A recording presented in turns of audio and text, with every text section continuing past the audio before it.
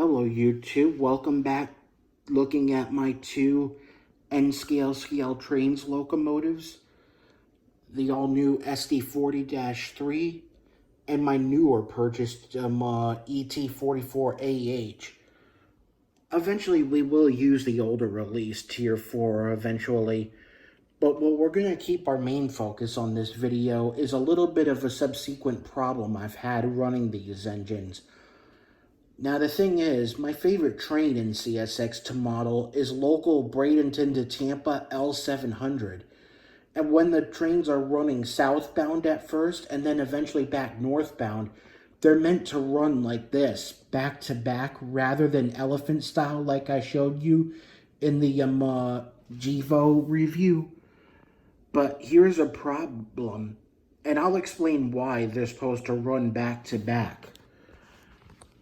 And I'm going to find out, and I'm also here to find out that even using the Easy Command Control Center, I found out how I could synchronize the locomotives to do it together.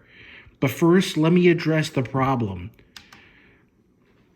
So as you can see here, this directional button that points northward indicates forward. So here's what's going to happen when I crank them to go forward.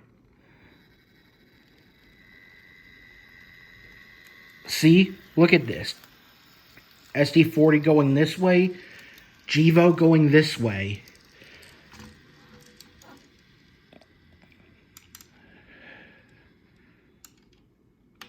Now when I do it in the opposite direction, they go like this, coming right back towards each other.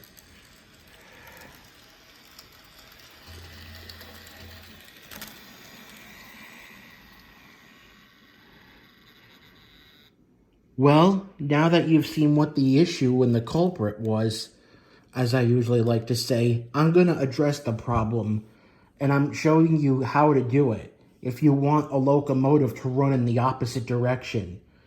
Now, let's just say before I switch to 3 locomotives, I want the SD40 to be the leader for the time being. So here's what we're going to do. First, we're going to remove it, and then we're going to assign this Tier 4 GEVO to its individual address. If you hadn't been watching the instructional video on what to do, here's how. So by default, each locomotive you put on the track is always addressed to locomotive 3, but we're going to address it to number 2. So what we do is hold down the 3 button and the stop button, and then when the stop LED blinks fast, press a number you want to address it to, in this case 2, and then the locomotive would move slightly. Now before we continue its address, we press this button to make it go in the opposite direction like this. And even though the stop LED blinks slowly, press and release it, and then you've had your address change.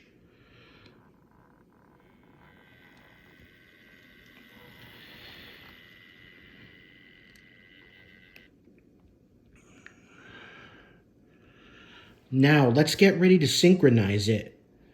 Now, in order to make sure that it's going in this direction while the SD40-2 goes in this direction, facing forward, we're going to address it back to number 3. So we're going to repeat the process.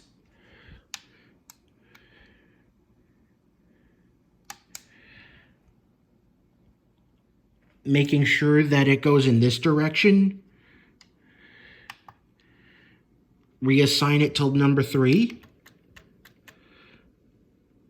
Press and release stop. And even in the forward direction, there you go. And in the backwards direction, there you go.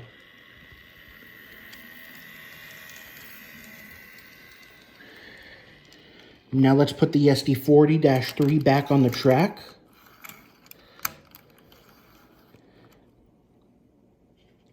And then gently connect the GEVO.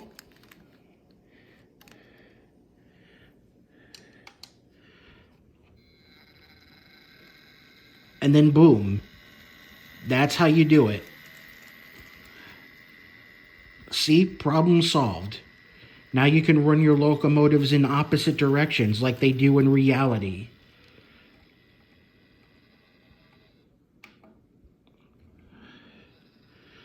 And when doing it so in opposite directions, it also helps to make everything look real, like they do in reality. Now here's why the local Tampa to Bradenton L700 Tropicana juice train runs locomotives like this. Because in reality, Tropicana Yard at Bradenton is more of a shoving in, stubbed in facility with no room to turn the locomotives around. So they arrive southbound, as an example, we'll say SD40 first, and then shove their load into the yard like that. And then when going back northbound, the GEVO would have been the leader. Got it? All right, well, now that we have our problem resolved, I'm going to have all 3 locomotives set up pulling my favorite train for a fun run-by. Enjoy. Let's do this. CSX L700. Not much miscellaneous, but all Tropicana and just one Rafer car in the Naked brand. So let's do this. Start them up and we're going to roll out. First in this direction, then we're going to do it the other way.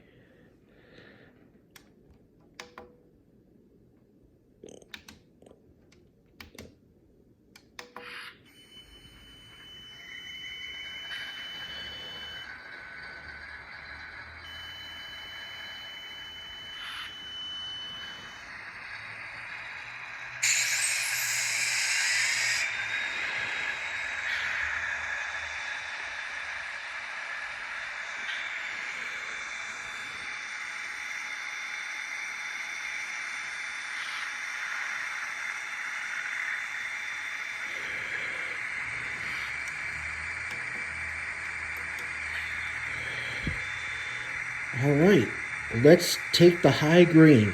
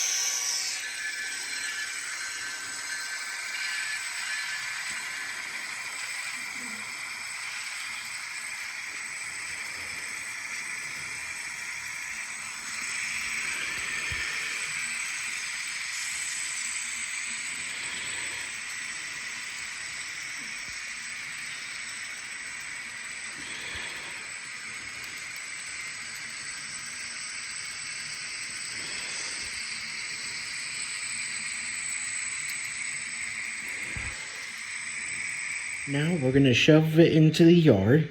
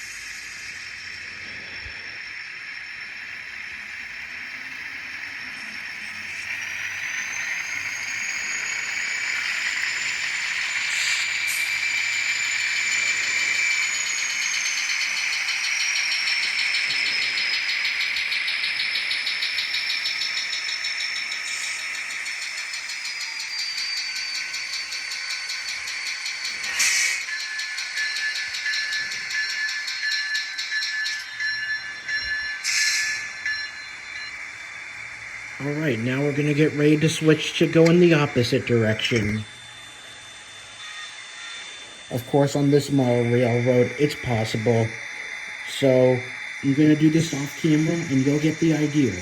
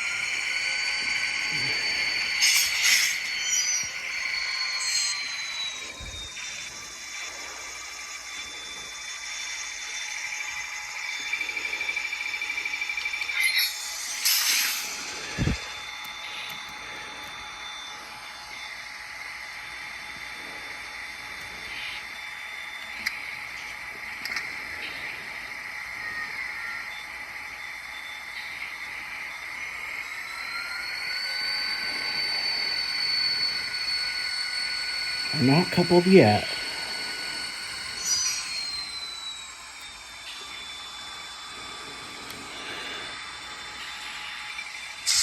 Just like in reality, I realigned the couplers. So let's try this one more time.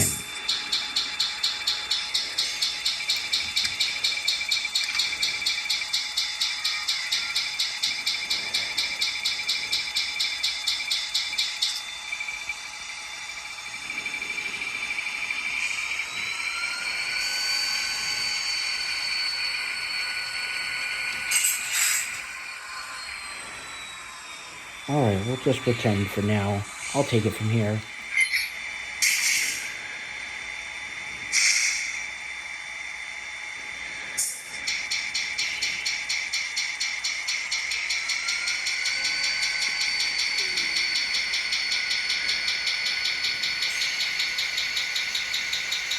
Now let's back up for a photo run by out of the plant and back to Tampa.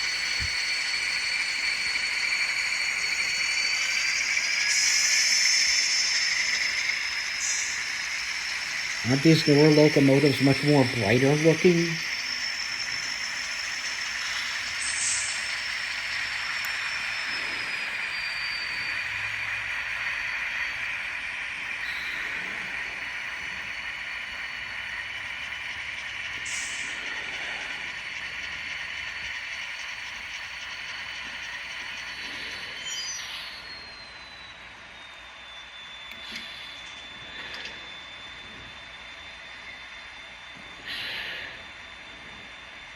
Alright, now let's do our journey northbound to Tampa.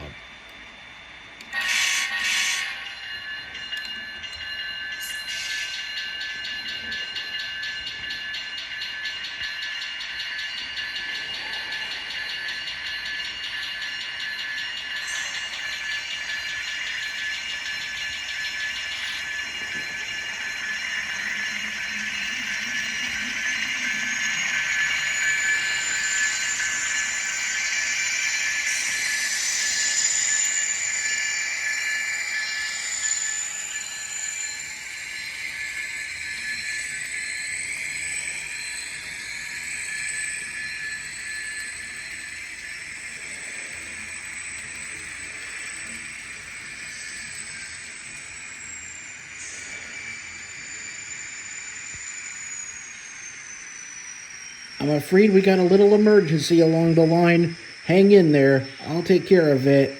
Okay, I'm easily able to find out what the problem was. Apparently our new lead locomotive, now number 3250, disconnected from locomotive 3451. Got it back. Everyone's connected. I think it was probably this wire underneath the track that may have caused the problem. If this happens again, I'll probably see if I can make a fix for that. Let's try this again one more time. Pulling out for northbound.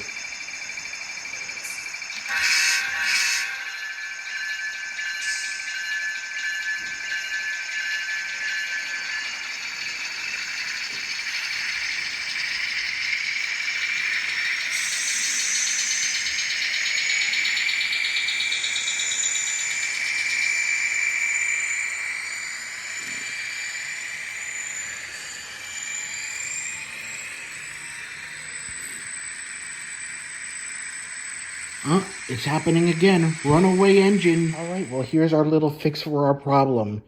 Controller sits here, or transformer. Feeder wire sits here. There's our problem solved. Now we're ready for the northbound run.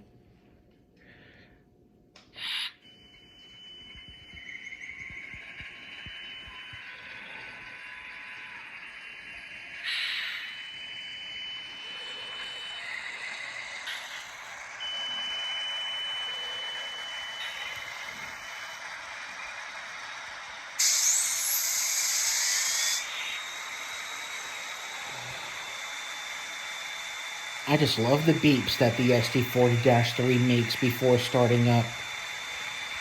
And I love how there's a warning bell on this GEVO before the engine starts.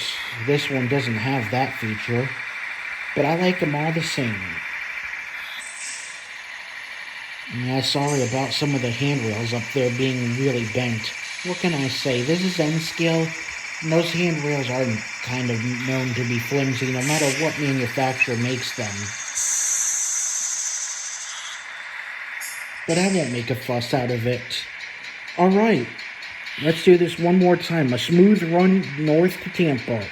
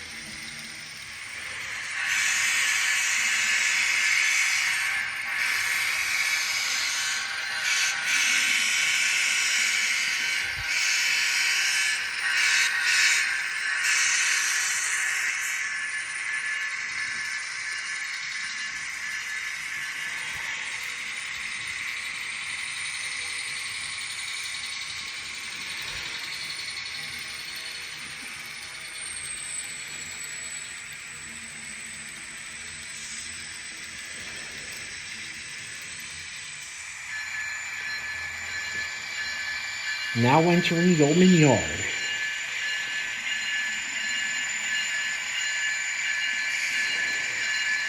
Slowing down for the yard limit.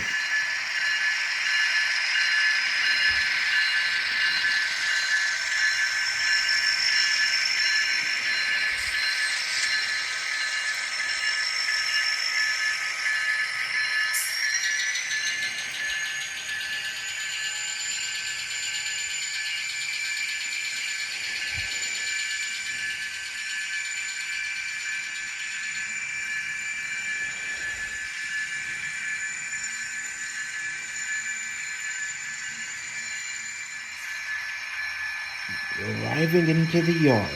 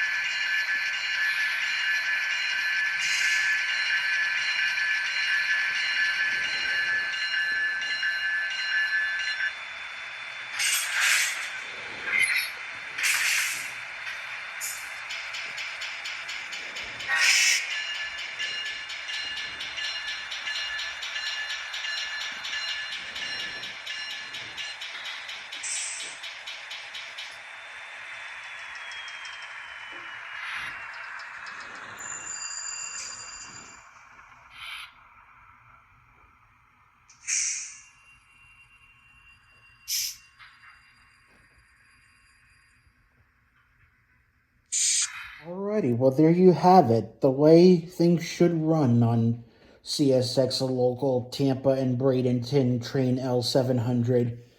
Trust me, I wish the Tropicana Juice train could run as a single unit train like it did before 2017. But unfortunately, CSX in reality abolished the Juice train for two reasons, which I think the first reason I'm about to say might not be really that true. One, the former CSX CEO, Hunter Harrison, who passed away after those years ago, he didn't all that much like unit trains. And the second reason, even to this day, well, there's not really a lot of well, what I mean to say is, it's economic reasons that the juice industry is kind of, well, declining economically. So, and also because of that, I should probably mention, there is also another Tropicana juice plant in Fort Pierce, and then the Florida East Coast brings them here to Jacksonville via the FEC over in Bowden Yard here in Jacksonville, and then would be transferred to CSX Waycross to Jacksonville turn L795 westbound and L796 eastbound towards Waycross.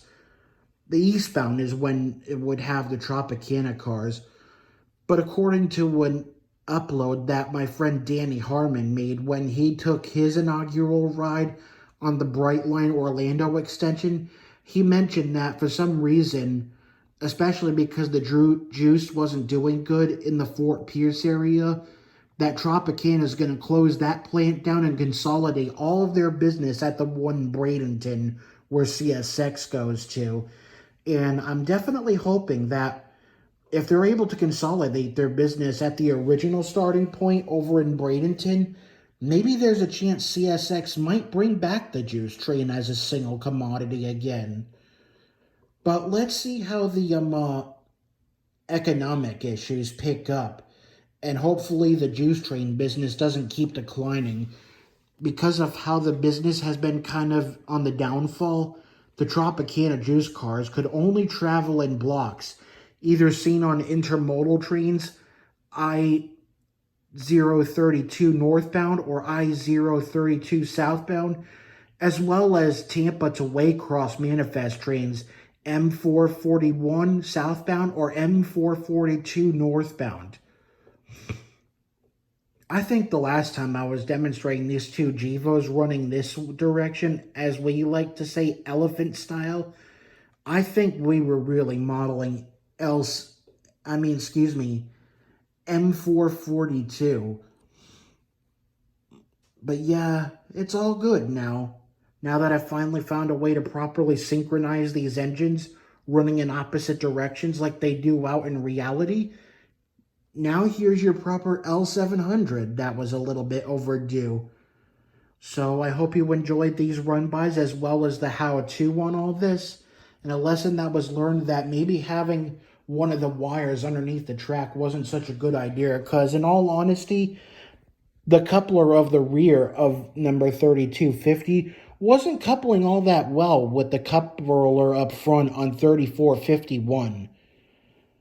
So I think to compromise, the best way to do it was to, well, move the transformer and all. So that's what I did. So there you have it. The proper way of running a southbound and northbound CSX L700 empties to Bradenton, loads up to Tampa, where they will be put on M442 northbound and head towards Waycross and points beyond, including North Bergen, New Jersey, as well as Cincinnati, and an interchange with Union Pacific over to City of Industry, California. All of these cars are cool, and I think the Naked brand is really fun to have too. And yes, that is a true brand of juice where there's probably less sugar in it, in that kind. If you don't know much about the Naked Juice brand, be sure to look it up. So here's one final look at our locomotives up close.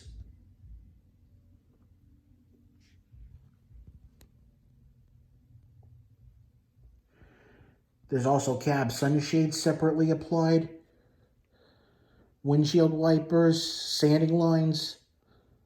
When you're in the rivet counter zone, you're going to get the best of the quality ever with ScaleTrains.